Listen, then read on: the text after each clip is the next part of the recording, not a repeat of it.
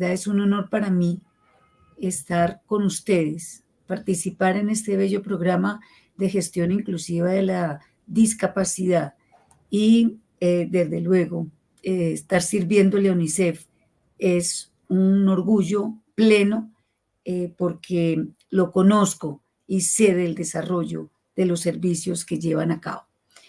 En este orden de ideas y cumpliendo lo encomendado, quiero hacer una presentación de la ley, pero especialmente de su lineamiento central, que es el régimen de la capacidad legal de las personas mayores de edad con discapacidad. Es muy importante tener en cuenta que es personas mayores de edad con discapacidad.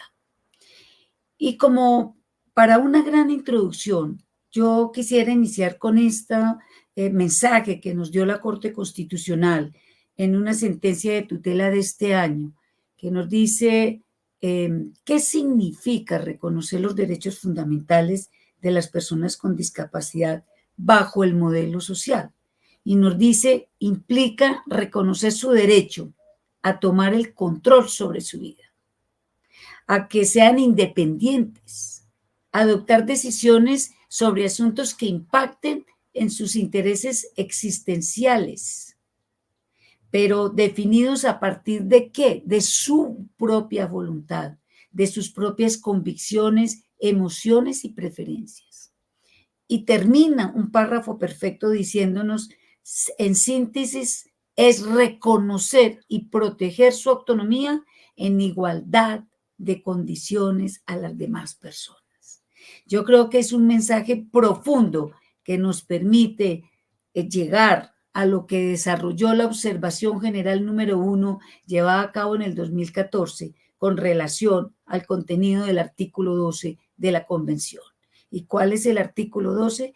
Todos somos iguales ante la ley, absolutamente todos. La igualdad ante la ley es un principio básico, general, de la protección de los derechos humanos y se hace indispensable para el ejercicio de otros derechos. Esto nos lleva a configurar lo que la Convención denominó capacidad jurídica y, por lo tanto, que sea la puerta de acceso a otra clase de derechos. Y siguiendo con la misma observación, el general número 1 nos trajo un concepto perfecto y nos dice: capacidad jurídica y capacidad mental son dos conceptos diferentes. Hoy no podemos entrar a entrelazar desde ningún punto de vista esos dos conceptos.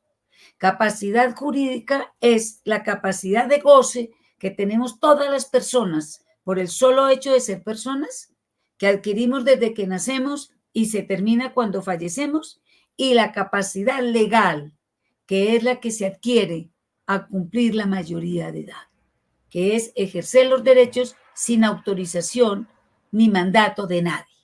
Eso es lo que la Convención denomina capacidad jurídica. Y la capacidad mental es otro concepto absolutamente diferente.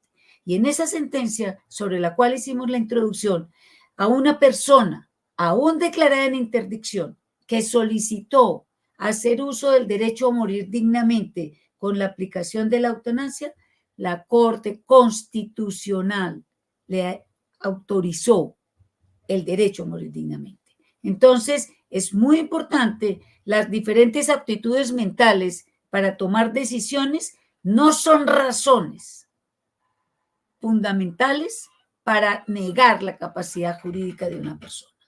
Entonces, es muy importante que vayamos como delineando nuestra ley 1996 del 2019. Y el 26 de agosto sale promulgada del 2019 y miren el título de la ley, que desde ahí tenemos que empezar a entenderla, por medio de la cual se establece el régimen para el ejercicio de la capacidad legal de las personas con discapacidad mayores de edad. Entonces, es muy importante tener en cuenta que la Convención nos habla de capacidad jurídica porque nos une la capacidad de goce y la capacidad legal. La ley 1996 inmediatamente se determina el ejercicio de la capacidad legal de las personas con discapacidad mayores de edad. ¿Qué significa eso? Que los niños, niñas y adolescentes quedaron por fuera de la ley porque simplemente estamos hablando de la capacidad legal, que no la tienen los menores de 18 años por exactamente la minoría de edad. Es una ley muy corta, no comprende sino 63 artículos, 9 capítulos, aún incluyendo el de las derogatorias. Hablando de la vigencia de la ley y de su régimen de transición, pues al día de hoy ya tenemos 4 años de vigencia de la ley. La empezamos a contar desde el 26 de agosto del 2019 a hoy, ya tenemos 4 años, un mes y unos cuantos días pensando a llegar a 2 meses. Estableció una vigencia especial de lo que denominó apoyos transitorios. Y la misma ley dijo, empezarán a regir desde su promulgación hasta 2 años. Es decir, el artículo 54 de la ley, en su parte final, dijo los apoyos transitorios, que son del resorte judicial, solamente tienen vigencia por 2 años. Se termina al cumplir el 26 de agosto del 2021. Entonces, 2 años hoy ya no existen, como lo pueden ver en la diapositiva. ¿Qué más nos trajo la ley? Algo muy importante, apoyos con vocación de permanencia, que empezaron a regir a partir del 27 de agosto del 2021. Es decir, hoy ya tenemos 2 años, 1 mes y 16 días de vigencia de lo denominado apoyos con vocación de permanencia. Ya miraremos en el desarrollo de esta pequeña presentación mediante qué vías judiciales se puede iniciar, pero también trajo un proceso especial determinado en el artículo 56 que denominó proceso de revisión. ¿Y para quién? Para que se le revise la sentencia de interdicción y o de inhabilitación de todas aquellas personas que a 26 de agosto del 2019 tenían sentencia de interdicción o de inhabilitación debidamente ejecutoriada. Entonces, ¿qué dijo la ley? Estas personas permanecerán en esa misma condición jurídica durante la vigencia de la ley hasta cuando un juez de familia que lo declaró en interdicción o lo declaró en inhabilitación le revise su sentencia.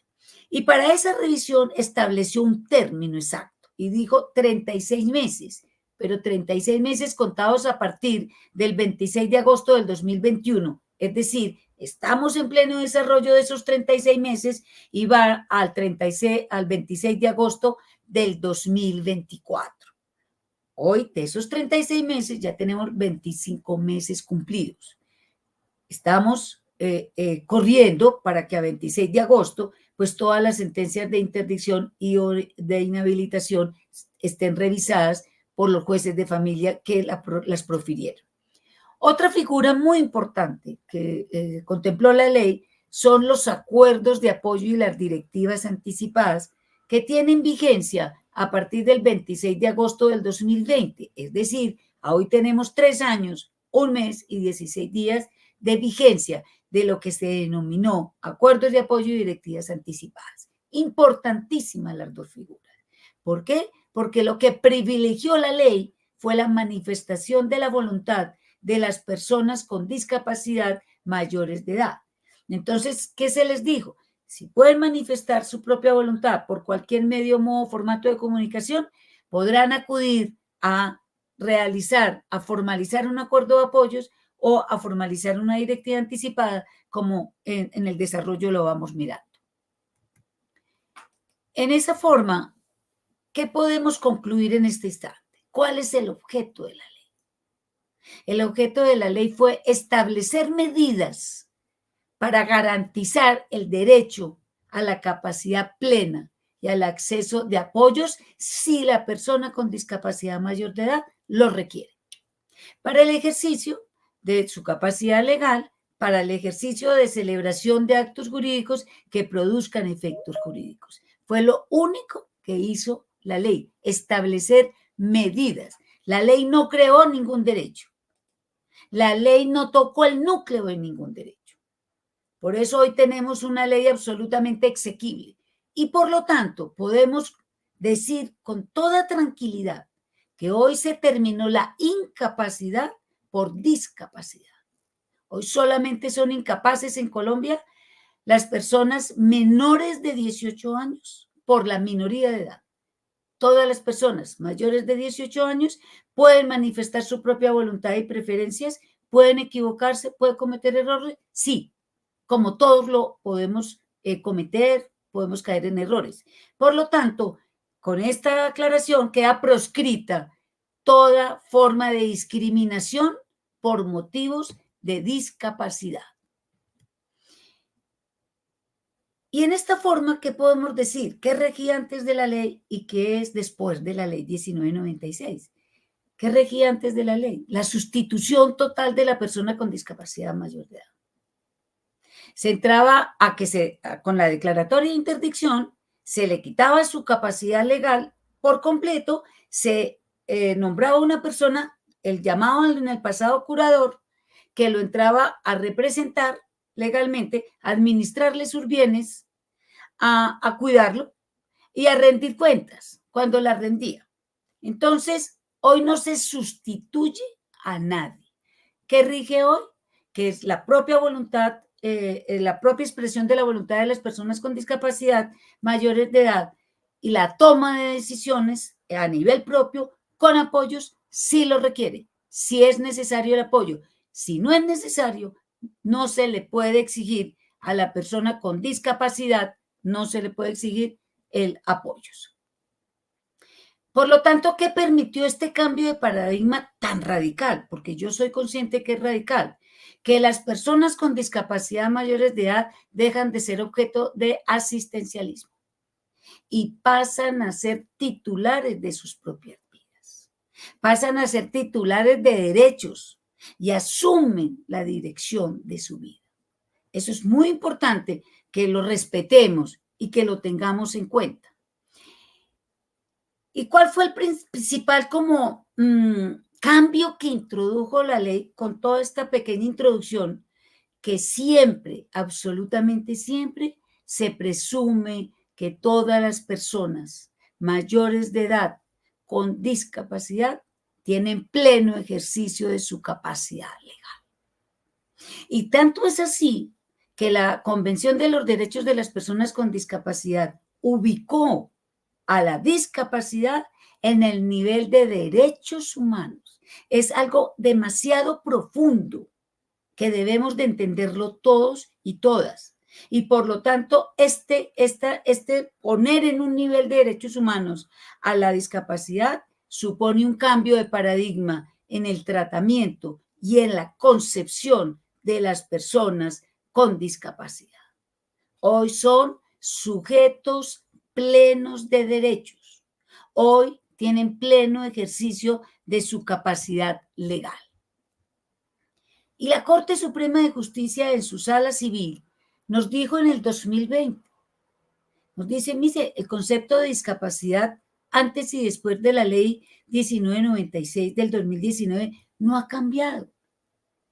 Una persona síndrome de Down, una persona con cualquier otra discapacidad, antes de la ley 1996, hoy es la misma. Su discapacidad es la misma. ¿Qué fue lo que cambió? Cambió el reconocimiento de la capacidad legal, jurídica de esa persona con discapacidad, que ya hoy puede celebrar actos jurídicos con efectos jurídicos. Lo que antes se le quitaba, ya hoy tienen pleno ejercicio de su capacidad legal. ¿Y para qué nos sirve el ejercicio de la capacidad legal? Pues para el ejercicio de otros derechos. ¿Y cuáles pueden ser? Pueden actuar directamente frente a la justicia, pueden tener y manejar cuentas bancarias, las pueden aperturar directamente, pueden heredar, pueden tener contratos laborales de cualquier índole, pueden tener contratos de telefonía celular, pueden firmar un contrato laboral directamente, administrar sus propios bienes, casarse, matricularse en un programa de educación superior, técnico, tecnológico, cualquiera que quieran escoger, votar, postularse para ser elegidos. Es muy importante tener en cuenta que para qué es el ejercicio de la capacidad legal de las personas mayores de edad con discapacidad. La ley, rápidamente, simplemente quiero mencionar que toda ley debe entenderse a través de los principios y nos trajo unos principios tan importantes como inicia con el de la dignidad. ¿Qué es la dignidad? Un valor. Y esa dignidad es la que tenemos que entrar a respetar a las personas con discapacidad. Todos somos iguales ante la ley. Por lo tanto, se tendrá que respetar con absoluta dignidad, con absoluta profundidad, como un ser humano igual a todos los demás. La accesibilidad, se identificarán y se deberán eliminar todas las barreras que no les permita tener acceso a cualquier servicio, a la justicia y a donde quieran verdaderamente acceder. La celeridad, tanto es así que la misma ley nos dice cualquier petición, cualquier solicitud que haga una persona con discapacidad mayor de edad, se le debe dar el tratamiento de derechos de petición. Tienen igualdad de oportunidades, tienen la primacía de la voluntad, y esto lo reitero. El lineamiento central de la ley es de que le da privilegio total a la expresión de la voluntad y preferencias de las personas con discapacidad mayores de edad. Tienen pleno ejercicio de su autonomía, siempre y cuando, con un límite, no sean contrarios a la Constitución, a la ley. Eso lo tenemos claro todos. No se les puede discriminar. ¿Qué significa eso? Que les debemos de dar un trato igualitario, sin ninguna discriminación. Y nos trajo la ley dos grandes figuras. Creo que de esto nos tenemos que apropiar, que son las salvaguardias. Y en una forma rápida y sencilla, ¿qué son las salvaguardias? Medidas que se usan para impedir abusos y para lograr la primacía de la voluntad y preferencias de la persona titular del acto jurídico. ¿Y quién es el titular del acto jurídico? La persona mayor de edad con discapacidad. Entonces, estas medidas se pueden adoptar por parte, por ejemplo, de los jueces de la República para impedir que se cometan abusos y que se pueda garantizar el ejercicio de los derechos de las personas con discapacidad. Y otra figura importante son los ajustes razonables. Como todas las personas mayores de edad con discapacidad tienen derecho a realizar actos jurídicos de manera independiente, pues tendrán y podrán contar con las modificaciones y adaptaciones necesarias para poder realizar esos actos jurídicos.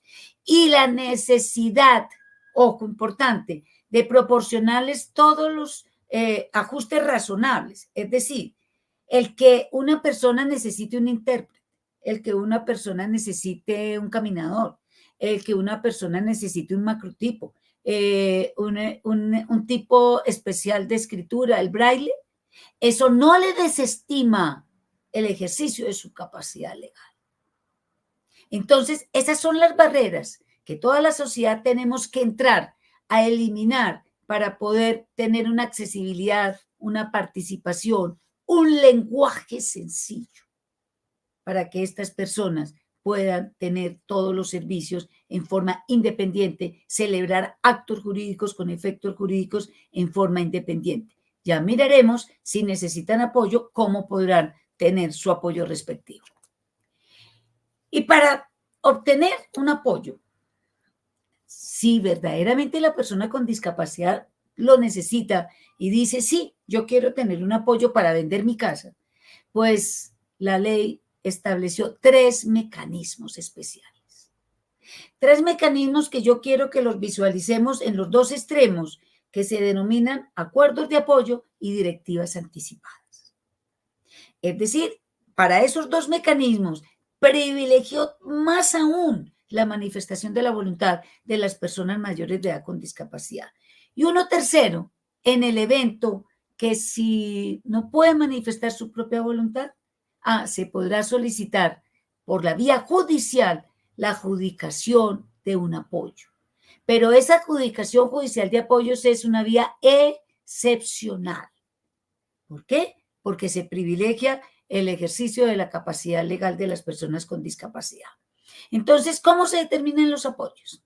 Con la declaración de la voluntad de la persona con discapacidad sobre su necesidad. Ah, quiero formalizar un acuerdo de apoyos, quiero formalizar una directiva anticipada, ya vamos a mirar ante quién.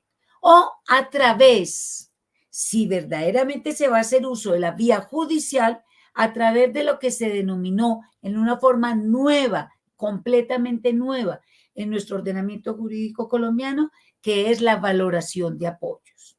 Pero ese informe de valoración de apoyos única y exclusivamente sirve para la vía judicial, para que un juez de familia pueda proferir una sentencia de adjudicación de apoyos. De lo contrario, no se puede entender que la discapacidad depende de un informe de valoración de apoyos, porque para nada sirve, ni nadie la puede exigir, solamente para cuando vayamos a hacer uso de la vía judicial. Y entendamos qué es un acuerdo de apoyo. Es un mecanismo de apoyo formal. ¿Por qué es formal? Porque lo establece la ley 1996, por medio del cual una persona mayor de edad formaliza la designación de la o las personas naturales o jurídicas que le asistirán en la toma de decisiones respecto a un determinado acto jurídico o respecto a varios actos jurídicos que produzcan efectos jurídicos. Entonces, soy yo el que persona con discapacidad, la que voy a formalizar un acuerdo de apoyos y yo soy la que designo el apoyo. Que quiero vender mi casa, yo quiero que me apoye mi hermano mayor, perfecto, entonces voy y formalizo ese acuerdo de apoyo con mi hermano mayor, ya vamos a mirar ante quién. ¿Y qué es una directiva anticipada? Es la manifestación de mi voluntad, ojo, con antelación a la celebración del acto jurídico. Dicho en otras palabras, es decir, hoy, si yo llego a un estado determinado de mi vida que no pueda tomar mis propias decisiones, entonces yo quiero hoy formalizar mediante esta directiva anticipada, quiero designar a mi hijo para que se encargue de los aspectos patrimoniales y a mi hija para que se encargue de las decisiones de salud y de las decisiones personales. Entonces yo estoy anticipando decisiones antes de que ocurra la celebración de determinados actos jurídicos. Esto es absolutamente maravilloso, creo que es absolutamente maravilloso y evitamos verdaderamente problemas en un futuro. Estas directivas anticipadas, la ley nos las amplió profundamente y nos dice, puede versar sobre aspectos de salud, sobre aspectos personales, sobre aspectos financieros, todos encaminados a que tengan efectos jurídicos, desde luego. Y esos acuerdos de apoyo y esas directivas anticipadas, ¿ante quién se pueden formalizar? La ley no lo dijo claro, ante las notarías o ante los centros de conciliación. Exactamente estableció ante quién nos podemos dirigir, ante un notario o ante un conciliador extrajudicial en derecho. Y esa formalización de los acuerdos de apoyo y de las directivas anticipadas es igualmente figuras nuevas en nuestro ordenamiento jurídico colombiano. Y por lo tanto, y yo quiero ser muy enfática en este punto, su trámite es absolutamente diferente al de la conciliación extrajudicial en derecho. No son equiparables en ningún momento. En una conciliación, en una audiencia de conciliación, se concilia un conflicto. En la formalización de un acuerdo de apoyo y una directiva anticipada no hay conflictos. Simplemente le estoy dando forma, estoy dando una solemnidad a mi voluntad para que sea la persona que yo estoy designando, sea mi apoyo en la determinada celebración de un acto jurídico. Y aquí hago un paréntesis de dos grandes funcionarios. Los procuradores judiciales Los procuradores judiciales son conciliadores extrajudiciales en derecho en calidad de agentes del Ministerio Público. Pero en esa calidad de agentes del Ministerio Público, ante ellos no se puede formalizar un acuerdo de apoyo. ¿Por qué? Porque la ley no lo permitió. La ley dijo, se puede formalizar ante un conciliador extrajudicial en derecho inscrito en un centro de conciliación. Entonces, los procuradores deberán formarse en la ley y ser inscritos en alguno de los 6 centros de conciliación de la Procuraduría General de la Nación. No hay ningún problema. Cada centro deberá tener específica las listas por especialidades. Hoy tendrán que haber adicionado ya una lista de conciliadores extrajudiciales en derecho, no solamente certificados como conciliadores, sino formados en la ley 1996, como lo ordena la misma ley. Los conciliadores no designan los apoyos los designa la persona mayor de edad con discapacidad que solicitó la audiencia y que acudió a la celebración de esa audiencia. Tienen la obligación de registrar en un sistema importante que se llama SICAC, que maneja el Ministerio de Justicia y del Derecho, y por lo tanto al Ministerio también se le otorgó las facultades de ejercer la función de inspección, control y vigilancia de acuerdo a los parámetros establecidos en la misma ley. Lo mismo los notarios. Los notarios en la audiencia de formalización de acuerdos de apoyo no actúan como conciliadores extrajudiciales en derecho, como en efecto lo pueden, como son conciliadores. Aquí no. Aquí en esta audiencia de formalización actúan en cumplimiento de su función como notarios. Es decir, prestan el servicio de escrituración a través de un instrumento público que es exactamente la escritura pública, que es la forma de manifestación de los notarios. Es decir, cumplen las funciones de dar fe de un acto, que son las dispuestas en el decreto 960 de 1970.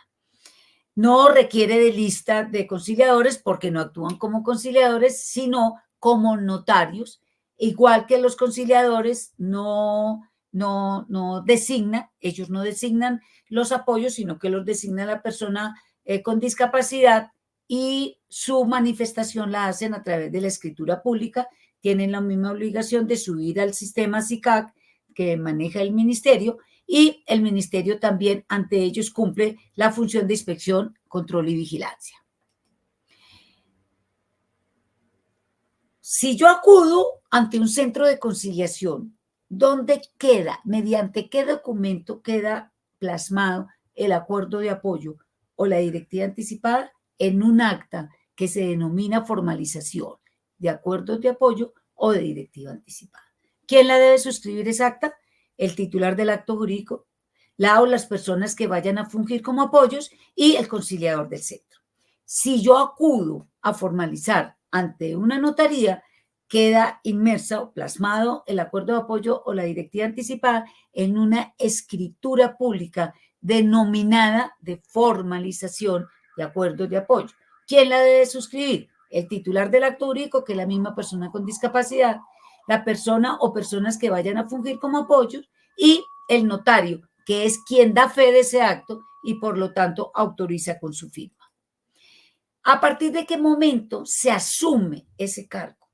Simple y llanamente a partir de que se cumplan todas las solemnidades o del acta o de la escritura pública, se suscriba.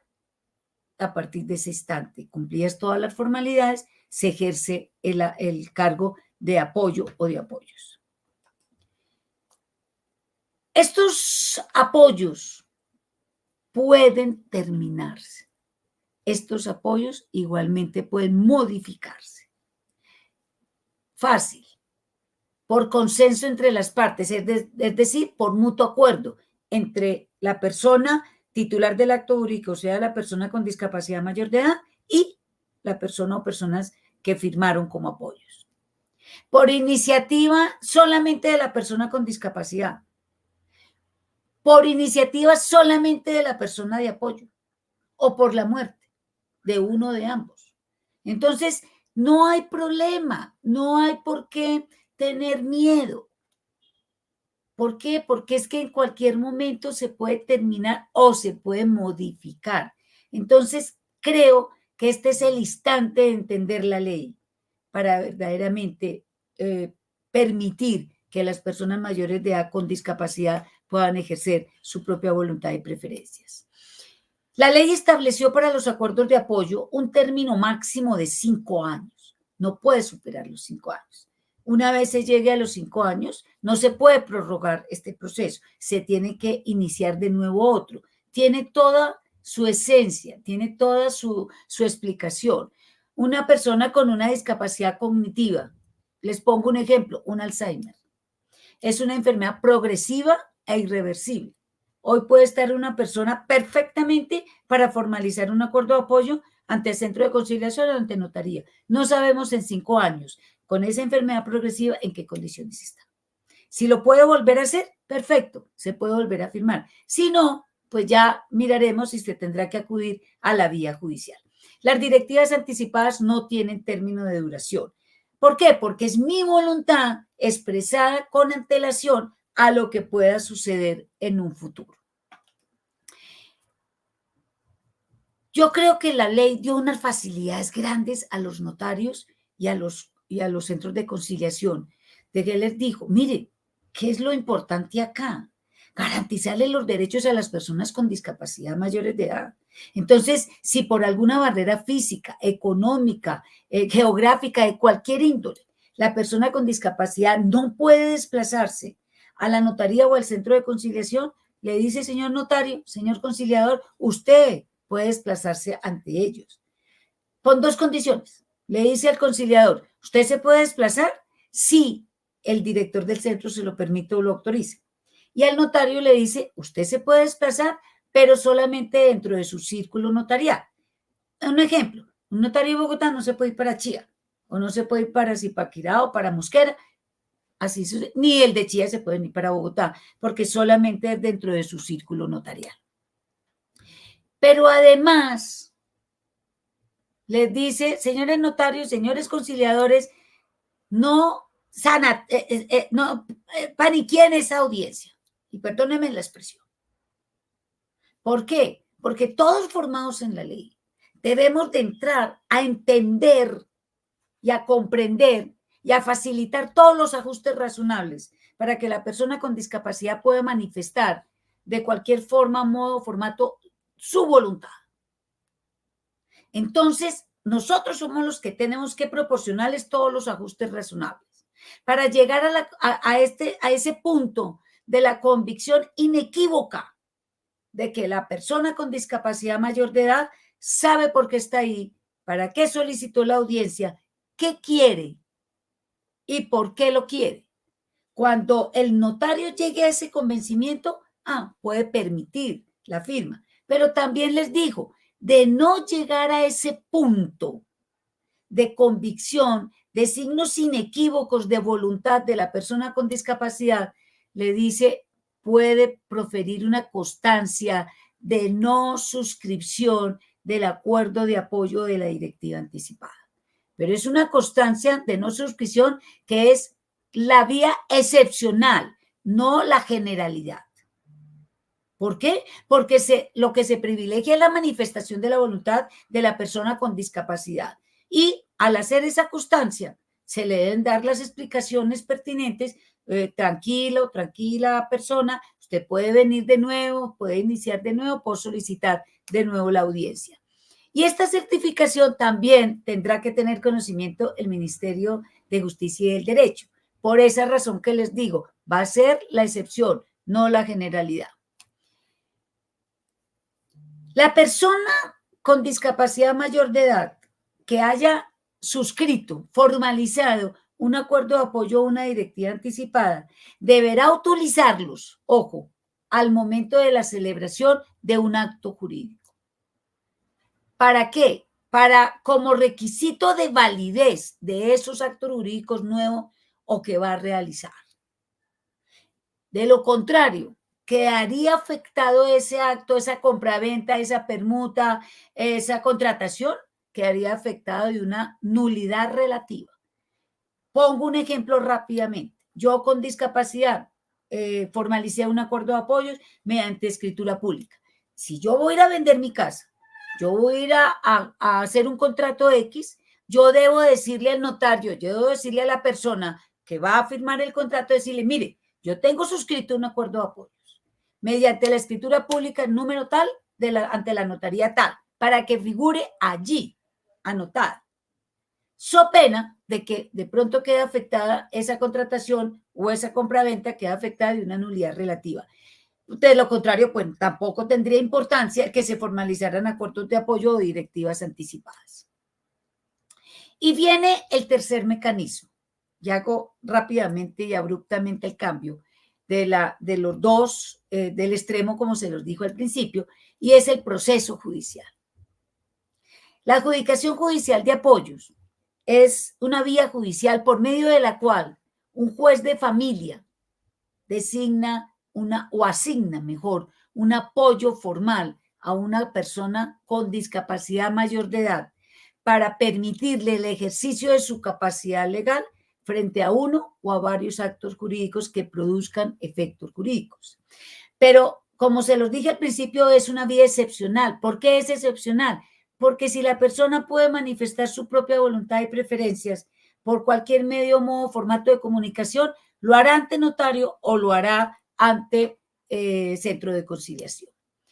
Y cuando acudimos a la vía judicial, hay dos caminos.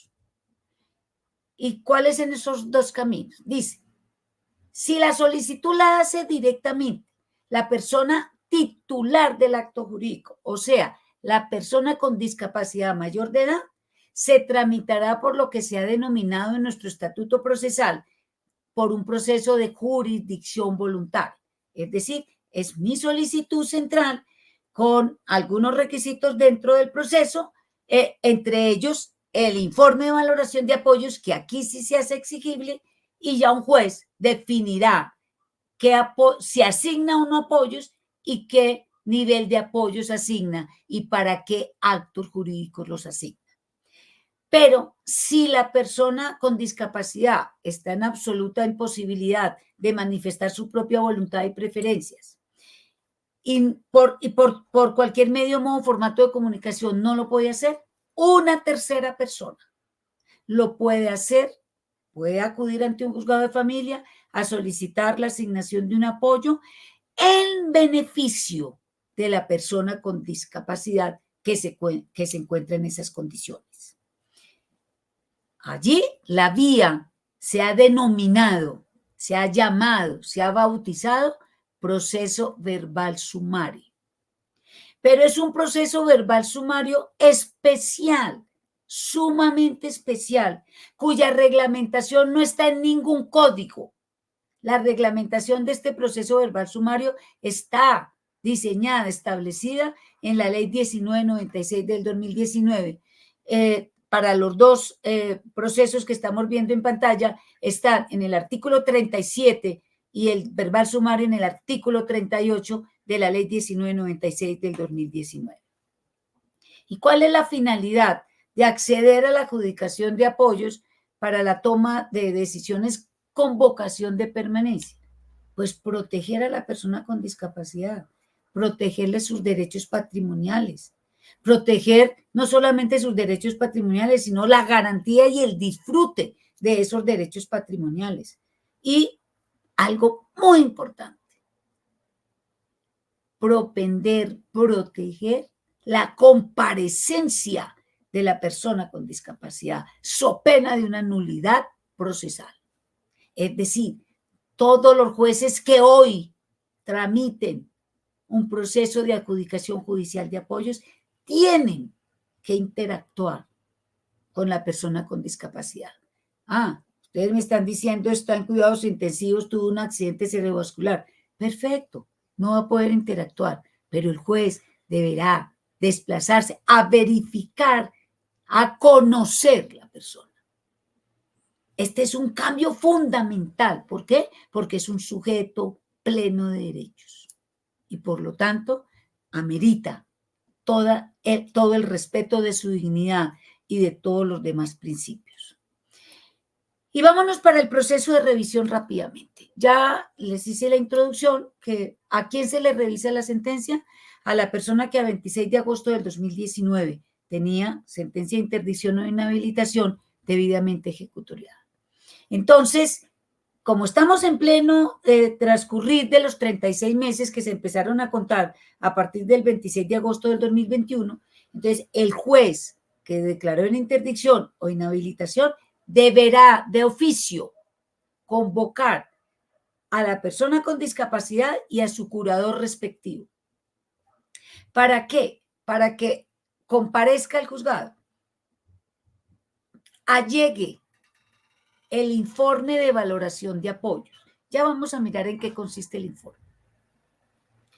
Practicará todas las pruebas que quiera practicar el señor juez.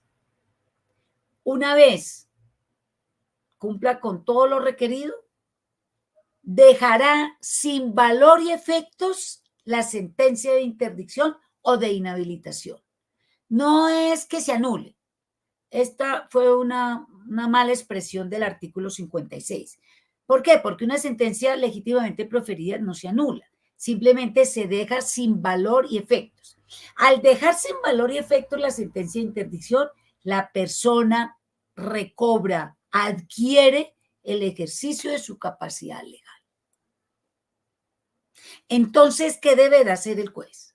Proferir sentencia en una lectura fácil, en un lenguaje sencillo,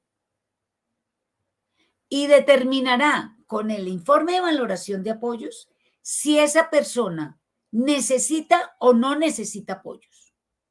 Si necesita apoyos, los designa. Le determina e individualiza los actos jurídicos y determina e individualiza las personas de apoyo.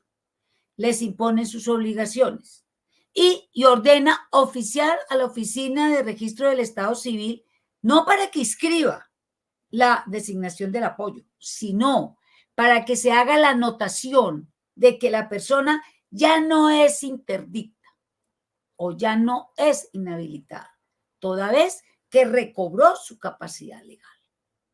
Y si el juez considera con el informe de valoración de apoyos que no necesita apoyos, entonces lo deberá justificar en la sentencia de que no necesita apoyos. Como conclusiones finales, podemos sacar las siguientes. Una sentencia mediante la cual se haya adjudicado un apoyo transitorio hoy no es válida. ¿Por qué? Porque terminó su vigencia el 26 de agosto del 2021. Bueno, una sentencia de interdicción proferida antes del 26 de agosto del 2019, hoy es válida. ¿Hasta cuándo? Hasta el 26 de agosto del 2024, porque estamos en el transcurrir de los 36 meses. Una sentencia de revisión de la interdicción y o inhabilitación mediante la cual se haya adjudicado un apoyo es válida a partir del 27 de agosto del 2021, que fue cuando empezaron a contabilizarse los 36 meses. Una sentencia de revisión mediante la cual no se haya adjudicado un apoyo es válida, porque ya se los acabo de decir, si la persona que adquirió o recobró su capacidad legal, el juez consideró que no necesitó apoyo, lo debe justificar, lo debe decir con claridad, entonces es válida. El plazo para la revisión va hasta el 26 de agosto del 2024 y no se requiere inscripción en el registro civil. ¿Cómo se asume el cargo? Cuando es adjudicado judicialmente, cuando se toma posesión ante el juez que hace la respectiva designación, no hay ningún problema al respecto. Y por último, ¿qué es una valoración de apoyos? Reitero, el informe de valoración de apoyos únicamente es exigible en un proceso judicial. Ningún notario, ningún conciliador, ninguna otra clase de funcionario puede exigir un informe de valoración de apoyos. Ni para nada sirve el informe de valoración de apoyos solamente para que un juez de familia pueda proferir una sentencia de asignación de apoyos o para proferir la sentencia de revisión de, como acabamos de hablar, del artículo 56. Es un proceso técnico que tiene por objeto determinar cuáles son los apoyos formales que requiere una persona con discapacidad para tomar decisiones relacionadas con el ejercicio de la capacidad legal.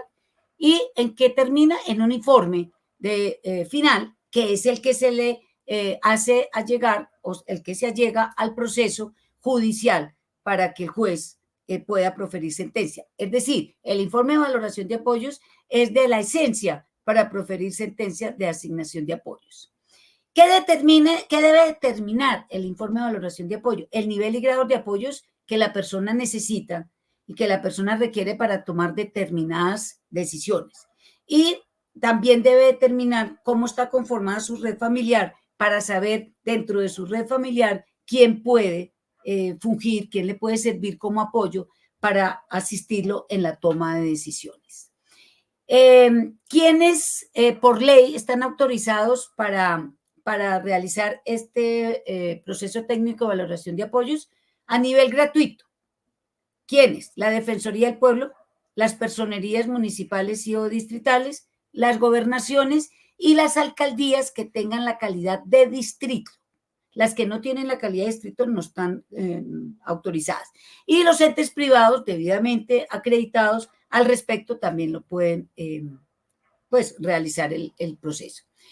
¿Qué se debe tener en cuenta? Que a partir de la ley 1997 del 2019, en cualquier trámite, la persona con discapacidad mayor de edad se puede autodeterminar, tiene libre desarrollo de su personalidad, puede cometer errores, puede equivocarse, pero también responde contractual y extracontractualmente.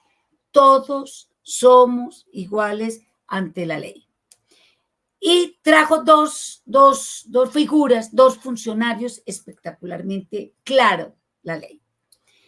Y dice en el artículo 40, en ese artículo 40 dispuso en forma obligatoria, no selectiva, la participación del Ministerio Público en todos los procesos de adjudicación de apoyos, con una finalidad específica: velar por los derechos de las personas con discapacidad en el curso, en el trámite de los procesos.